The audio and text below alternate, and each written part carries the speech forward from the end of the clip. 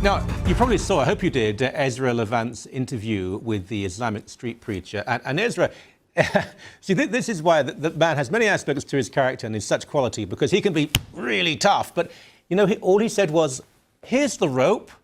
And the guy put his head in there and he hanged himself. So you saw what he was like, not a particularly bright man. However, he initiated this. He said that women were responsible for their own rape. He wrote to us, to Sun Media, asking to talk about this. He's on street corners all the time.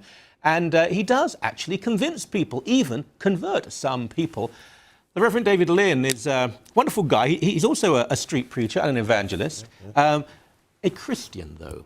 Now, we've spoken about other issues, but I didn't realize you've had all sorts of confrontations and run-ins with this fellow. His Islamic name... Yes. I've forgotten it. What, do you remember? His Islamic name is Hashim, but but that's not his real name. No, his real name is Pierre, but I guess technically he could have changed his name. Pierre's not quite a street cred, is it? Not in the Islamic. So you preach in this area too? I do. Yeah. And he does? Yeah. And you're a very articulate, very intelligent man. With all due respect to him, he doesn't seem particularly bright or deep, but what he said is very troubling. You said to me, you've actually seen him, because he seemed quite innocuous on the show last night with Ezra, you've seen him be physical. Yeah, it was actually interesting. Last year, we had a Christian group coming out and sharing the gospel through mime and song. And there was a dispute with a Christian and him because he's very vocal. He was coming and trying to disrupt the whole mime and trying to stop us, saying that Christians are going to hell and so forth, and because we believe in the Son of God. And one other Christian got a little frustrated and started talking and dialoguing about the differences with Christianity and Islam. And I witnessed him. He just took his hand and slapped him in his head. And the guy walked away peacefully. He didn't try to retaliate. And it just so happened right away I was asked to share a little message, and I shared the contrary message of Jesus Christ, who said, if you get slapped, turn the other cheek, and this is the message of the gospel. So I was really shocked that I saw that, because it's one thing to share your views, it's one thing to disagree with Christianity, but another thing to be violent. Of course. And especially in Toronto, in the streets of Toronto. Now, the Christian who argued with him, was he dressed in a low-cut shirt and a short skirt? No, joking. Well, this is the Eaton Centre? This is Yonge and Dundas, yeah. So, were there no police around? No, there weren't any police around. I mean, they're probably doing their regular patrol, and I mean, it's downtown. There's a lot of bigger things to get involved with. Well, there are, but to slap someone in this, I mean, this is against the law. You can't do that. Yeah, and it wasn't just him. Some of the other preachers downtown, the Christian street preachers, he's had violent confrontations with them as well. And so he's physically attacked them as well? Yeah. And there are witnesses who will come forward? They would, yeah. Now, I witnessed one. Yeah. But again, I mean,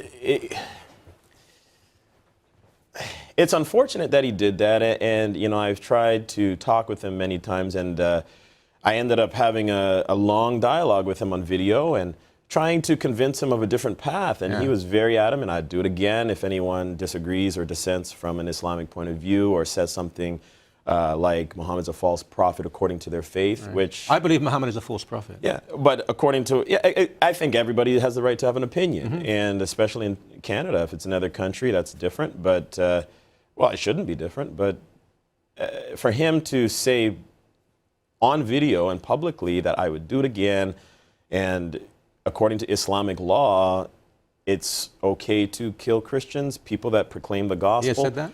He did that, and it's on video. And that's what really took me. Now, I've had many dialogues with Muslims on the streets, and we've, had different discussions on that whole topic of war and of killing and so forth like that. And I always share the Sermon on the Mount of Jesus, Matthew chapter 5, where he said, bless those who curse you, pray for those who persecute. But even if we don't, I mean, and that's the glory of the Christian position, but just an ordinary secular Canadian, there are certain assumptions in our society that we can disagree, and you might say, oh, I can't stand that, and walk away, but you don't.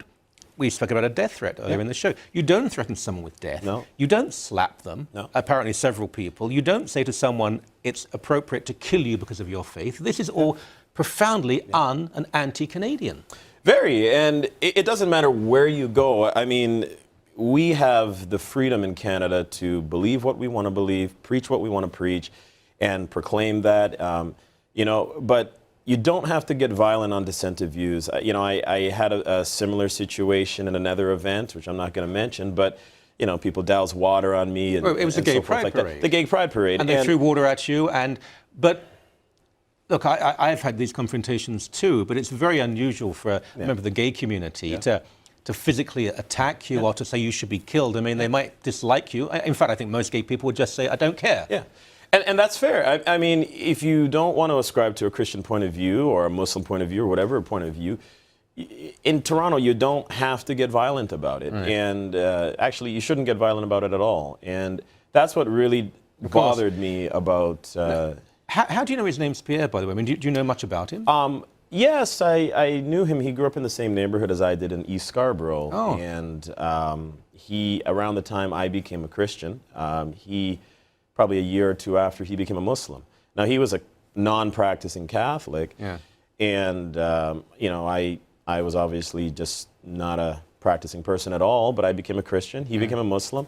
And we, over the years, I didn't see him, but meeting him for the first time in 2010, I was doing some preaching downtown at Yonge and Dundas, and he tried to interrupt my preaching, and he spoke with me. He told me he became a Muslim. And, you know, at first I was happy that he got out of, say, a kind of street mentality and tried to find some kind of religion, some kind of peace. Now, I'm a Christian. I believe in Jesus as the author and the giver of peace. Sure. But what I didn't like about that dialogue was that he started to really get on to me about my Christian choice and was very aggressive. Yeah. And over the next 2 years, I ended up witnessing him slapping somebody. Right. So this is some of the troubling things. This is important to know because the video, and we have this if people want to see it, the video where I think he does say that Christians should be killed in that video.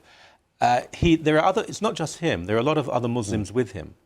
When he preaches, are there a group of people? Yeah, well, you see, one thing that bothers me is that the Islamic community downtown seems to support what he's doing or allows him to do his dawah or his evangelism alongside with them, knowing his views, knowing how he thinks about these things. And it seems like he gets full support, no apologies for his actions. And in fact, when I have dialogues with some of them about his views and so forth, some of them agree that according to Sharia law, it would be considered apostasy if a Muslim dissented from that view or someone was preaching Christianity under Sharia law. And the punishment is death. And the punishment is death. And, you know, I saw a few verses in the Quran, Surah chapter 216, and when I tried to speak with some Muslims about that idea of jihad and that idea of propagating Islam, they said to me that, well, you don't have the Quran in Arabic because it's in English, and I was frustrated. It's a direct translation, and most of the people who say that don't read Arabic anyway, and if they do, they've learnt it by rote and they don't really understand it. It's a completely disingenuous argument. You, however, you're a model, an example of the Christian faith. I'm very impressed. Thank you so much for your time. Thank you so much.